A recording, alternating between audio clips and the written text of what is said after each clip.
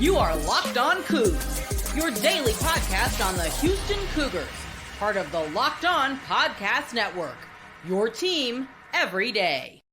As much as I feel good about that, there is some feel-good news I have about basketball. I want to talk through the process and the arduousness and all of that got to that point.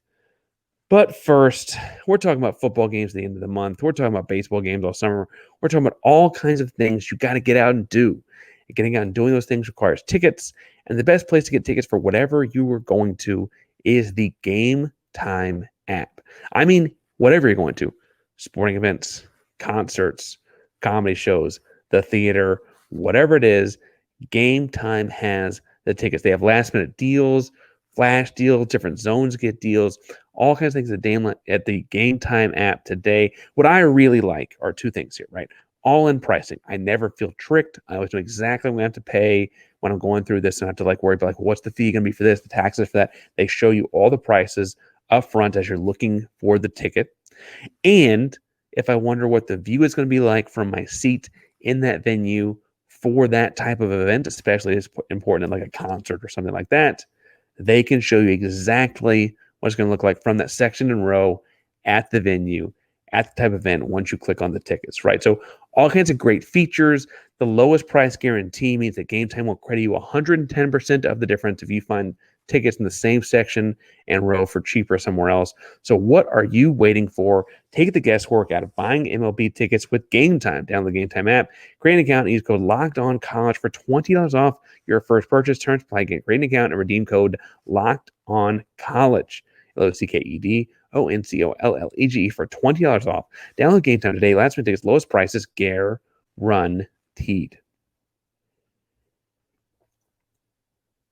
All right, so I wanted to mention here at the last segment of the show, I didn't want to pass up, didn't want to go into the weekend without mentioning the good news for Terrance Arceneaux. You remember Terrance Arceneaux was one of the highest ranked basketball recruits to ever come to the University of Houston, came in with Jarris Walker and Emmanuel Sharp in the 2022-23 season, kind of played a 7th, 8th man role. He was the second guard off the bench as a freshman, sometimes third, depending on what the rotation needed, but clearly had some things he did that just felt loose and natural at that point, right?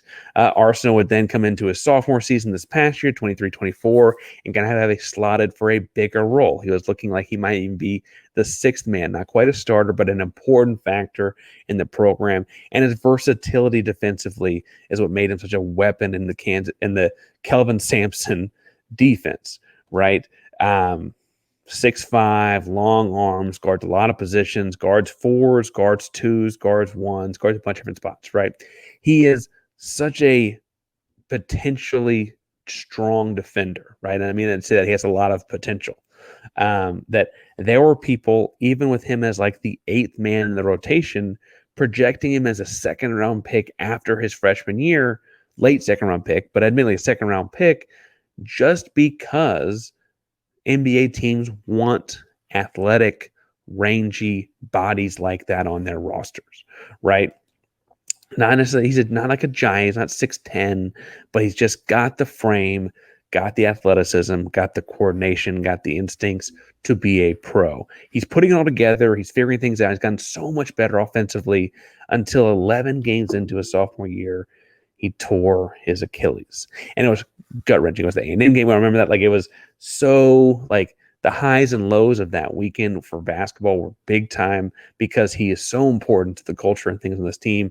And he kept good spirits the whole season, at least publicly. I'm sure there was, moments, athletes getting injured always hits hard. And I don't mean to say that it didn't hit him hard as well.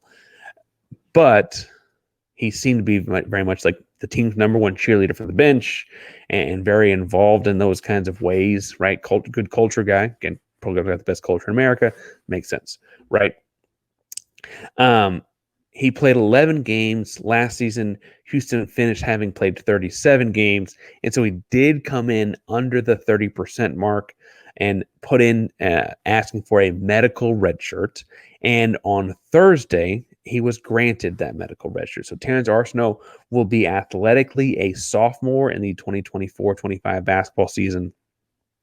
And that's a big, big deal. It means he has 3 years left of eligibility to play at Houston, I guess technically, or wherever else, but he's from Beaumont. He's got a role here. There's no reason to leave. I did hear some people talking about, like, does he need a fresh whispers behind this, like in the blogospheres about does he need a fresh start somewhere and those kinds of things last year when people were saying they're going to, re-up to run it back or whatever. Kids, Houstonian, Beaumont, but from the area through and through, right? Stayed on. Terrance is granted that redshirt. It's a big deal for him. 3 years to continue to develop and grow into that potential that we talked about. Again, there were people putting him in late second rounds of NBA mock drafts just because of the potential he presents. Having 3 more years to healthily reach that, especially coming off that injury and to work his way back into playing shape. And the Achilles injury is interesting because it's a 12-month deal, but truthfully, like, you kind of like have to mentally get to the next gear too. This is going to be so good for him because if not, he'd be playing his junior season, kind of getting back into that gear. And then the senior season is kind of like, all right, this is it before you can go to the next level, right?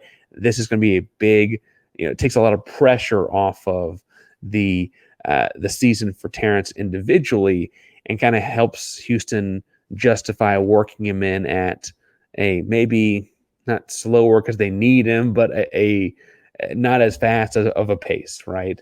I think Terrance will be a big part of what Houston's doing this season. Obviously, his classmate as far as high school recruits go, Emmanuel Sharp, is going to be a big, big part, right?